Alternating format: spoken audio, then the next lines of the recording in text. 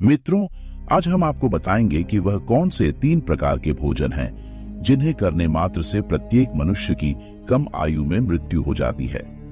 प्रत्येक मनुष्य को जीवित रहने के लिए आहार की आवश्यकता होती है, परंतु मनुष्य बिना सोचे समझे जो मन में आता है वह खाता चला जाता है। वही आगे जाकर उसके लिए काल बन जाता है। तो आज मैं आपको बताऊंगा कि भोजन करने का सही तरीका कौन सा है, भोजन करने की सही दिशा कौन सी है, हमें भोजन कब करना चाहिए तथा भोजन शुरू करने से पहले क्या बोलना चाहिए, और वह कौन से 3 प्रकार के भोजन हैं जिन्हें करने मात्र से ही मनुष्य की कम आयु में मृत्यु हो जाती है। तो इस प्रश्न का बखान मैं आपको एक कथा के माध्यम से देता हूं। मित्रों, एक बार की बात है, देवर्षि नारद जी नारायण करते हुए बिना किसी कारण ही यमपुरी में पधार हैं। यमपुरी में पधारने के बाद वह देखते हैं कि यमराज कुछ लोगों को स्वर्ग लोक तथा नरक लोक भेजने में व्यस्त है। उनमें से बहुत से लोग काफी कम उम्र के थे और बहुत से लोग वृद्धावस्था में थे। तब देवर्ष नारद जी ने सोचा कि इतनी कम उम्र में इन मनुष्यों की मृत्यु कैसे हो सकती है, जबकि कलयुग के प्रत्येक मनुष्य को 100 वर्ष की आयु निश्चित की गई है। यहाँ 15 से 20 वर्ष की आयु में ही सभी की मृत्यु हो जा रही है। तब देवर्ष नारद जी के मन में एक प्रश्न उठता है और वह सीधा प्रकट होते हैं जाकर यमराज जी के पास। तभी यमराज जी की नजर देवर्षि नारद जी पर पड़ती है। तो यमराज जी देवर्ष नारद जी का आदर सत्कार करते हैं और कहते हैं कि हे नारायण भक्त नारद जी, आज आप किस प्रयोजन से यमपुरी में पधारे हैं। तब देवर्ष नारद जी कहते हैं कि हे यमराज जी, मैं यहाँ आया तो बिना किसी कारण के ही था, परंतु यहाँ आने के बाद मेरे मन में अब एक प्रश्न तांडव कर रहा है। हे मृत्यु के देव, आपको तो भविष्यवाणी दी गई है, जिससे आपको तो पता होता है कि कौन से मनुष्य की मृत्यु कब होने वाली है और उस मनुष्य की मृत्यु के होने का कारण क्या है। मेरा प्रश्न बस यही है कि वह कौन से 3 प्रकार के भोजन है जिन्हें करने मात्र से प्रत्येक मनुष्य की कम आयु में ही मृत्यु हो जाती है। मनुष्य को किस प्रकार का भोजन करना चाहिए, किस प्रकार का भोजन मनुष्य की आयु बढ़ाने वाला होता है और किस प्रकार का भोजन मनुष्यों की आयु को कम करने वाला होता है, और भोजन को किस दिशा में मुंह करके करना चाहिए। भोजन करने से पूर्व कौन सा मंत्र बोलना चाहिए। कृपा करके आप मुझे इन सभी प्रश्नों के उत्तर देने का कष्ट करें। तब यमराज जी कहते हैं कि हे देवर्षि नारद जी, आपने आज समस्त मनुष्य जाति को एक बहुत ही महत्वपूर्ण ज्ञान देने के लिए हमसे यह प्रश्न किया है। यह प्रश्न प्रत्येक मनुष्य के लिए उतना ही महत्वपूर्ण है जितना कि जल में रहने वाली मछली के लिए जल। परंतु हे देवर्षि नारद जी, मैं आपको आपके इस प्रश्न का उत्तर एक अत्यंत महान कथा के माध्यम से दूंगा। अब देवर्षि नारद जी कहते हैं कि हे यमराज जी, आप उस कथा को कहिए। मैं आपके द्वारा कही गई कथा को पूरा अंत तक अवश्य सुनूंगा। अब यमराज जी कहते हैं कि मनुष्य जिस प्रकार का भोजन करता है उसी के अनुसार उसका भाग्य और उसका अगला जन्म निर्धारित होता है। चलो मैं आपको इस कथा के माध्यम से बताता हूँ। यह कथा त्रेता युग में महर्षि विश्वामित्र ने भगवान श्री राम को सुनाई थी, इसीलिए इस कथा का महत्व बहुत अधिक है। इस प्राचीन कथा के माध्यम से आपको आपके सभी प्रश्नों के उत्तर मिल जाएंगे। हे नारद जी, इसीलिए आप इस कथा को ध्यान से पूरा अवश्य सुनना और इस कथा का प्रचार प्रसार भी करना। जो भी मनुष्य इस कथा का श्रवण करता है, इसको उसके समस्त पापों से मुक्ति मिल जाती है। अब यम आज कथा को सुनाना प्रारंभ करते हैं और कहते हैं कि हे देवर्ष नारद जी, यह बात त्रेता युग की है। विधुआपु के समीप एक बहुत बड़ा जंगल था। उस जंगल का आकार लगभग 100 योजन तक था, परंतु उस जंगल में ना कोई भी पशु और ना ही कोई पक्षी रहते थे। उस जंगल में केवल वृक्ष और पेड़ पौधों की ही भरमार थी। वह जंगल इतना घना था कि जिसमें मनुष्य तो दूर की बात है, उस जंगल की तरफ कोई पशु भी नहीं जाता था। परंतु उसे जंग मंगल के मध्य भाग में लगभग 4 कोस लंबी एक झील थी और उसी झील में हंस, बतख तथा अन्य पशु पक्षी रहा करते थे। एक बार मुनि विश्वामित्र उस झील के पास से गुजर रहे थे, तब उनको बहुत ही सुंदर और विचित्र दृश्य दिखाई दिया। क्योंकि उस जंगल में ना कोई आता था और ना ही कोई जाता था, परंतु उसी झील के समीप एक बहुत बड़ा आश्रम था जो देखने में बहुत पुराना हो गया था, लेकिन फिर भी उसके सुंदरता मन को मोह लेने वाली थी। वह आश्रम अत्यंत सुंदर और पवित्र दिखाई पड़ रहा था। उस आश्रम में ना कोई साधु संत तपस्या करते थे और ना ही उस आश्रम में शिष्यों को पाठ का ज्ञान दिया जाता था। वह आश्रम पूरी तरह से खाली था। अब विश्वामित्र मुनि ने सोचा कि यहाँ कोई संत महात्मा भी नहीं है। चलो आज हम यहाँ पर विश्राम कर लेते हैं। विश्वामित्र मुनि एक रात के लिए उस आश्रम में ठहर गए और सुबह उठकर वे जब उस झील के पास गए तो उन्होंने रास्ते में एक मुर्दे को देखा। अब विश्वामित्र मुनि सोच में पड़ गए कि इस जंगल में कोई आता जाता नहीं है, तो यह लाश कहां से आई? वह लाश जो पड़ी हुई थी वह शरीर से अत्यंत बलवान और हष्ट-पुष्ट जान पड़ती थी, जिसे देखकर ऐसा प्रतीत होता था कि मानो वह किसी तरुण पुरुष की लाश हो। उस लाश को देखकर विश्वामित्र मुनि अपने अंतर्मन से कहने लगे कि यह पुरुष कौन है और इसकी मृत्यु कैसे हो गई, तथा यह पुरुष इस जंगल में आखिर कैसे आया होगा। अब उसे मरे हुए आदमी के बारे में जानने के लिए विश्वामित्र मुनि चिंतित हो गए। अब यमराज जी कहते हैं, हे देवर्षि नारद जी, तभी अचानक आकाश में उन्हें एक दिव्य विमान दिखाई पड़ा और वह दिव्य विमान उस झील के समीप आकर रुक गया और उस विमान से एक दिव्य पुरुष उतरा और वह पुरुष उस दिव्य विमान से उतरने के बाद उस झील में स्नान करने के लिए चला गया। अब झील में नहाने के बाद वह बाहर आया और उस मरे हुए पुरुष का मांस खाने लगा। उसने भरपेट उस मोटे ताजे मुर्दे का मांस खाया और फिर वह फिर से अपने दिव्य विमान की ओर जाने लगा। वह दिव्य विमान ऐसा जान पड़ता था कि मानो वह स्वर्ग का विमान हो। अब वह दिव्य पुरुष उसी विमान में बैठकर स्वर्ग की ओर जाने लगा। मुनि विश्वामित्र यह सब कुछ खड़े खड़े देख रहे थे। जब विश्वामित्र मुनि ने देखा कि वह पुरुष अब उस दिव्य विमान में बैठकर फिर से स्वर्गलोक को प्रस्थान करने वाला है, तभी उन्होंने उस पुरुष को आवाज लगाई और कहा कि हे दिव्य पुरुष, तुम कौन हो? तुम तो देवताओं के समान दिखाई पड़ते हो, किंतु तुम्हारा भोजन बहुत ही घृणित है। तुम मुर्दे का मांस क्यों खा रहे हो? ऐसा भोजन भला कोई देवता कैसे कर सकता है? तुम्हारा भोजन तो गंधर्व जैसा है। भला एक स्वर्ग से आया हुआ पुरुष ऐसा भोजन कैसे कर सकता है? ऐसा भोजन तो स्वयं यमराज भी नहीं ग्रहण करते।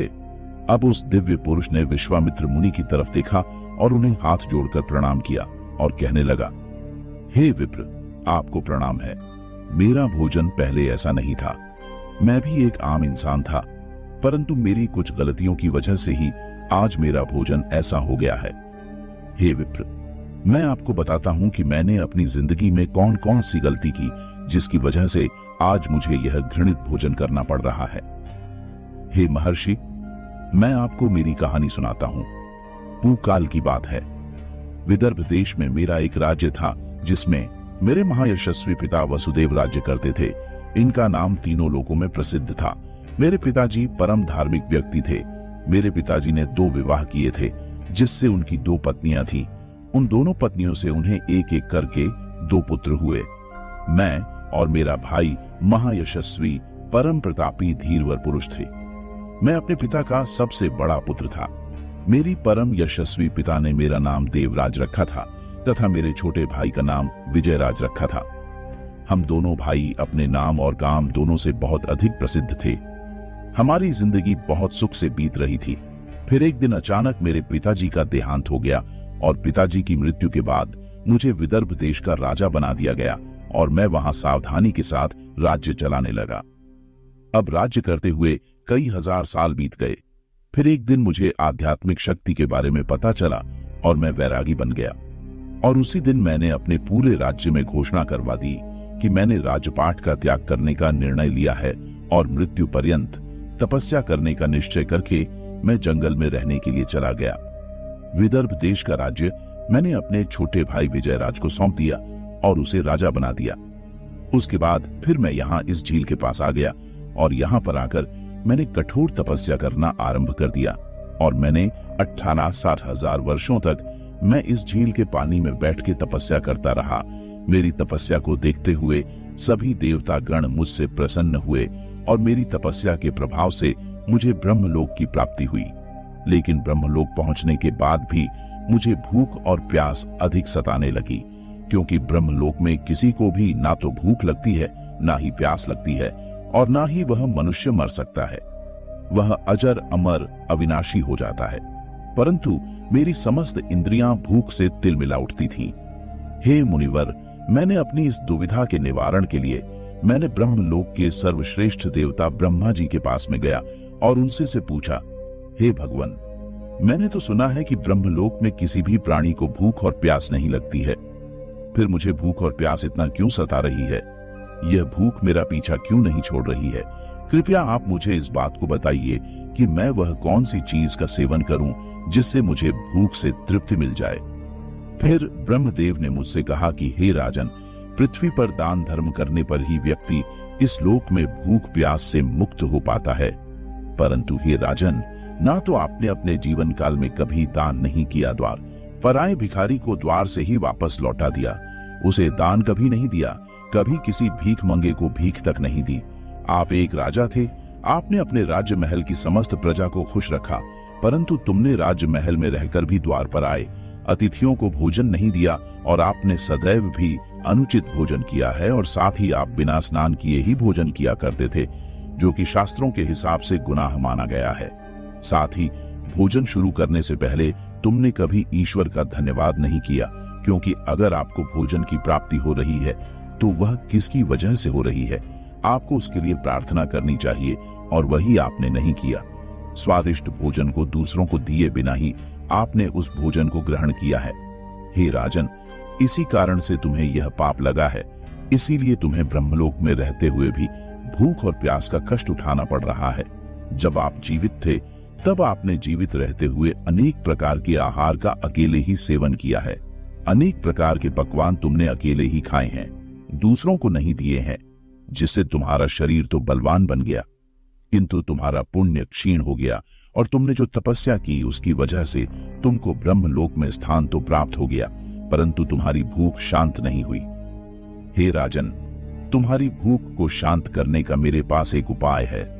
उस झील के पास तुम्हारा मृतक शरीर पड़ा हुआ है, तुम उसी का मांस खाकर अपनी भूख मिटाओ। जब ब्रह्मा जी ने इस प्रकार से मुझे समझा आया तो मैंने ब्रह्मा जी से कहा कि हे प्रभु, अपने शरीर का भक्षण कर लेने के पश्चात मेरा क्या होगा? उसके बाद मैं क्या खाऊंगा? मेरे खाने के लिए कुछ भी शेष नहीं रहेगा। मैं एक ब्रह्म पुरुष हूं और मैं किसी जीव की हत्या नहीं कर सकता। तो हे भगवान, कृपया कुछ ऐसा भोजन बताइए जिसको खाने के बाद मुझे लगने वाली भूख प्यास हमेशा के लिए मिट जाए और जो कभी खत्म ना हो। तब ब्रह्मदेव कहते हैं, हे राजन, तुम्हारा शरीर ही मैंने अक्षय बना दिया है। हे राजन, अब आप उसे चाहे जितना खाएंगे फिर भी वह समाप्त नहीं होगा और ना ही वह बदबू देगा।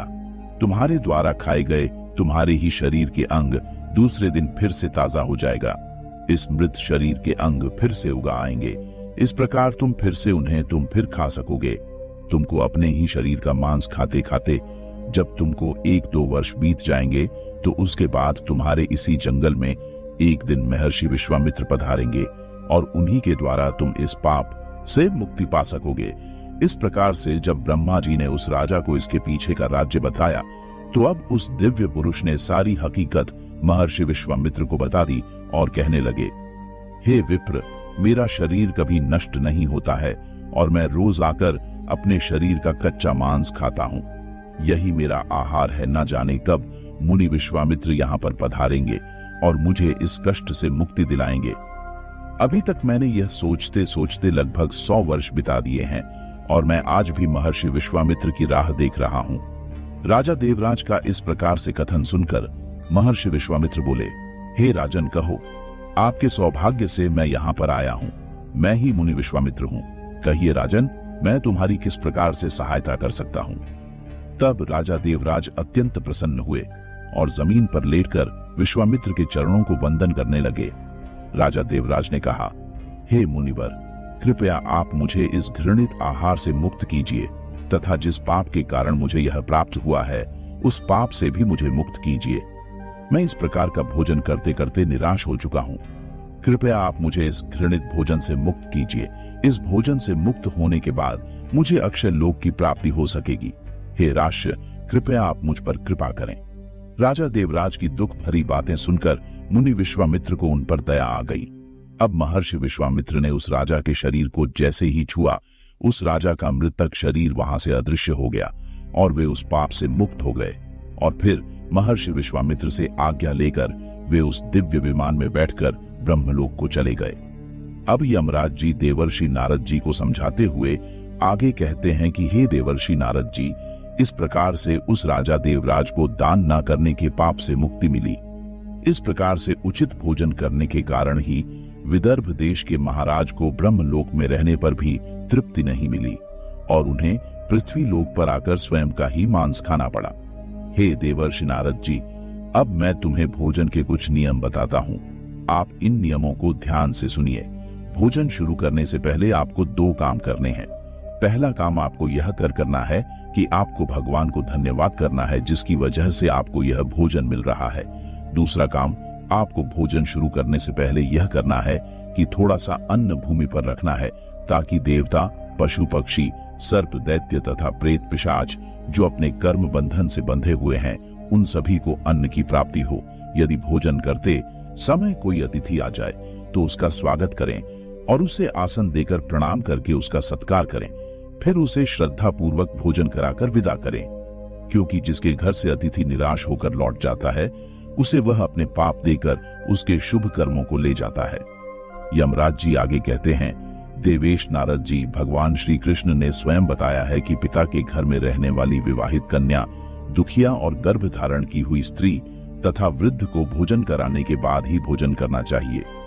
इन सभी को भोजन कराए बिना जो स्वयं भोजन ग्रहण करता है उसका भोजन पापम बन जाता है। ऐसा व्यक्ति नरक में ही जाता है। जो स्नान किए बिना ही भोजन करता है उसका भोजन मल भक्षण के समान हो जाता है। जो मनुष्य बालक एवं वृद्ध आदि के हिस्से का भोजन करता है उसका भोजन विष्ठा के समान हो जाता है और जो बिना दान किए ही भोजन को ग्रहण करता है उसका भोजन विष के समान बन जाता है। मनुष्य को कभी भी दुराचारी व्यक्ति द्वारा दिया गया अथवा दूसरों द्वारा अपमानित करके दिया गया भोजन कभी भी ग्रहण नहीं करना चाहिए। इससे उस मनुष्य को पाप लगता है। परोसे हुए भोजन का अग्रभाग अग्नि को देकर ही भोजन करना चाहिए। भोजन को एकाग्र चित्त होकर करना चाहिए। प्रथम मीठा, फिर लवण और खट्टा और अंत में कटु एवं तीखे पदार्थों का सेवन करें। प्रथम 3 निवाले मौन होकर ग्रहण करने चाहिए। ऐसा करने से व्यक्ति के सभी पाप कर्म तुरंत नष्ट हो जाते हैं और पुण्य कर्म बढ़ने लगते हैं। भगवान की कृपा से उसे जीवन भर कभी अन्न की कमी महसूस नहीं होगी। यमराज जी आगे कहते हैं, देवर्षि नारद जी, पूर्व दिशा में बैठकर भोजन करने से व्यक्ति रोगों से और मानसिक तनाव से मुक्त हो जाता है। बीमार बुजुर्गों को पूर्व की ओर मुख करके भोजन अवश्य करना चाहिए। इससे उनके स्वास्थ्य में सुधार आता है, क्योंकि पूर्व दिशा उगते हुए सूर्य की दिशा होती है और सूर्य देव बल, आरोग्य तथा दीर्घायु प्रदान करते हैं। विद्या की अभिलाषा रखने वाले मनुष्य को उत्तर दिशा की ओर मुख करके भोजन करना चाहिए। यह दिशा देवी सरस्वती की दिशा है। ध्यान रहे, दक्षिण दिशा की ओर मुख करके भोजन न करें, यह मृत्यु की दिशा होती है। इस दिशा में मुख करके भोजन करने से आयु कम होती है। टूटे फूटे बर्तनों में भोजन नहीं करना चाहिए। यह दुर्भाग्य को निमंत्रण देता है, जिससे घर में गरीबी आती है। भोजन हमेशा थाली में ही करना चाहिए। गंदी थाली में भोजन करने से जीवन में दुर्भाग्य आता है। एकादशी के दिन तामसिक अन्न का सेवन न करें। जो मनुष्य एकादशी के दिन तामसिक अन्न अर्थात मांस का सेवन करता है, लक्ष्मी उस घर को छोड़कर चली जाती है। भोजन का अपव्यय करना अनर्थ माना गया है, इसीलिए थाली में जितना आवश्यक हो उतना ही भोजन ले। अगर कोई व्यक्ति साथ में भोजन कर रहा हो तो उसका भोजन समाप्त होने तक उठकर नहीं जाना चाहिए। इससे पितृदेव नाराज हो जाते हैं। भोजन के बाद थाली में हाथ धोना अनुचित माना गया है। थाली में हाथ धोने से अन्न का अपमान होता है। भोजन के बाद थाली में हाथ धोने वाले लोग नीच योनि में जन्म लेते हैं। सबसे महत्वपूर्ण बात ध्यान रहे कि व्यक्ति को बिस्तर पर बैठकर कभी भी भोजन नहीं करना चाहिए। ऐसा करने से व्यक्ति कई प्रकार के रोगों से ग्रसित हो सकता है। भोजन केवल जमीन पर आसन बिछाकर उस पर बैठकर ही करना चाहिए। भोजन करते समय दिशाओं का ध्यान रखना बहुत ही आवश्यक होता है। यदि गलत दिशा में बैठकर अथवा गलत दिशा में मुख करके कोई भोजन करता है तो ऐसा भोजन करने से व्यक्ति को उसके अनिष्ट परिणाम प्राप्त होते हैं। अगर कोई भोजन के ऊपर से कोई पैर रखकर चला गया हो अथवा कोई व्यक्ति भोजन को लांघ कर चला गया हो तो ऐसे भोजन को कभी खाना नहीं चाहिए। ऐसा भोजन अशुद्ध हो जाता है। ऐसे भोजन को पशुओं को खिला देना चाहिए। दूसरा के द्वारा लांघा गया भोजन खाने से मनुष्य की आयु कम हो जाती है और उसके शरीर में भिन्न भिन्न प्रकार के रोग उत्पन्न होते हैं। यदि भोजन में बाल निकल आता है तो ऐसा भोजन त्याज्य हो जाता है। यदि अन्न में बाल निकलता है तो उसे ईश्वर को कभी प्रसाद के रूप में नहीं चढ़ाना चाहिए और ना ही स्वयं खाना चाहिए। ऐसा भोजन प्रेतों को प्राप्त हो जाता है। ऐसा भोजन करने से मनुष्य की कम आयु में मृत्यु हो जाती है। मनुष्य को दूसरों के लिए परोसा हुआ भोजन भी नहीं खाना चाहिए। जो मनुष्य दूसरों का भोजन छीन के खाता है अथवा किसी को बिना दिए ही स्वयं उस अन्न का उपभोग करता है, उससे देवी अन्नपूर्णा रुष्ट हो जाती है। भोजन सभी में बांटकर खाना चाहिए। दूसरों के हिस्से का भोजन करने से मनुष्य के पुण्य कर्म नष्ट हो जाते हैं। पवित्र आसन पर बैठकर अपने पैरों को भूमि पर रखकर पूर्व की ओर मुख करके ही अन्न को ग्रहण करना है, सर्वोत्तम माना गया है। पूर्वामुख होकर भोजन करने से यश की प्राप्ति होती है और उत्तर की ओर मुख करके भोजन करने से सत्य की प्राप्ति होती है। दोनों हाथ, दोनों पैर तथा मुख को पानी से धोकर ही भोजन करना चाहिए। भोजन के पात्र को भूमि पर रखकर अन्न ग्रहण करना ही सर्वश्रेष्ठ माना गया है। शास्त्रों में इस प्रकार के भोजन को उपवास के समान बताया गया है। मनुष्य को क्रोध रहित होकर भोजन करना चाहिए। क्रोध की अवस्था में भोजन करने से भोजन का अपमान होता है और कई प्रकार की व्याधियां उत्पन्न होती हैं। यदि चित्त कहीं और हो तब भी भोजन नहीं करना चाहिए और गुस्से से भरे मन से भी भोजन करना अशुभ होता है। जो जूते पहनकर भोजन करता है, इस प्रकार के भोजन को सूरी भोजन कहा गया है। ठीक मध्य रात्रि में भोजन करना भी अशुभ माना गया है। यदि पेट खराब हो तब भी भोजन नहीं करना चाहिए। गीले वस्त्र पहन करके भी भोजन करना अशुभ होता है। दूसरों के लिए परोसा गया भोजन भी कभी नहीं करना चाहिए। सोते हुए खड़े होकर टूटे फूटे पात्र में भूमि पर रखकर अथवा हाथ पर रखकर भोजन ग्रहण करने से दरिद्रता आती है। भोजन करते समय वेदों का उच्चारण नहीं करना चाहिए। शास्त्रों के अनुसार स्त्री को पति के भोजन के बाद ही भोजन करना चाहिए। यदि पति घर से दूर हो तो पति को ध्यान करके भोजन ग्रहण करना चाहिए। इससे पति की आयु लंबी होती है और स्त्री सदा सुहागिन रहती है। पति से पहले भोजन करना शास्त्रों में अशुभ माना गया है। इससे पति की आयु कम हो जाती है। इसके साथ ही विष्णु पुराण के अनुसार पति और पत्नी को एक साथ बैठकर भोजन नहीं करना चाहिए। ऐसा करने से दोनों में क्लेश और विवाद होता है। अंधकार में अथवा आकाश के नीचे बैठकर भोजन नहीं करना चाहिए। भोजन करते समय सिर पर छत अथवा वृक्ष की छाया अवश्य होनी चाहिए। केवल एक वस्त्र पहनकर भी भोजन करना अनुचित होता है अथवा नग्न अवस्था में भोजन ग्रहण करना अशुभ होता है। इससे जीवन में दुर्भाग्य आता है। सवारी पर बैठकर अर्थात किसी वाहन में बैठकर भी भोजन ग्रहण करना अनुचित होता है। साथ ही बिस्तर पर बैठकर भोजन करने से व्यक्ति की आयु कम हो जाती है। हंसते हुए अथवा रोते हुए भोजन करना अनिष्ट का कारक होता है। इससे गले में अन्न फंसकर प्राण जाने का भी खतरा बना रहता है। अब यमराज जी कहते कि हे देवर्षि नारद जी, अब तो आपको आपके प्रश्नों का उत्तर मिल गया होगा कि वह कौन सा भोजन है जिसे मनुष्य को करना चाहिए और वह कौन सा भोजन है जिसे मनुष्य को कदापि नहीं करना चाहिए। तब देवर्षि नारद जी कहते हैं, हे मृत्यु के देवता यमराज, अब मुझे मेरे प्रश्न का उत्तर मिल चुका है और मैं समझ चुका हूं कि वह कौन सा भोजन है जिसकी वजह से मनुष्य की कम आयु में मृत्यु हो जाती है। अब मैं आपके द्वारा सुनाई गई कथा को संपूर्ण विष्णु लोक में विख्यात करूंगा। मित्रों, आपको यह कथा कैसी लगी हमें कमेंट सेक्शन में अवश्य बताइएगा। और इस वीडियो में आपको यह भी जानने को मिला है कि वह कौन कौन से भोजन है जिन्हें करने से मनुष्य को क्या क्या तकलीफ हो सकती है। आशा करता हूं कि आपको यह वीडियो पसंद आया होगा। वीडियो पसंद आया है तो वीडियो को एक लाइक जरूर कर देना और वीडियो में एक कमेंट अवश्य कर देना और ज्यादा से ज्यादा इस वीडियो को शेयर करना ताकि सभी को ऐसी जानकारी पता चल सके। और हमारे मिस्टिक इंस्पायर्ड चैनल में नए हैं तो अवश्य चैनल को सब्सक्राइब जरूर करें। मित्रों, वीडियो को यहां तक देखने के लिए आपका दिल से धन्यवाद।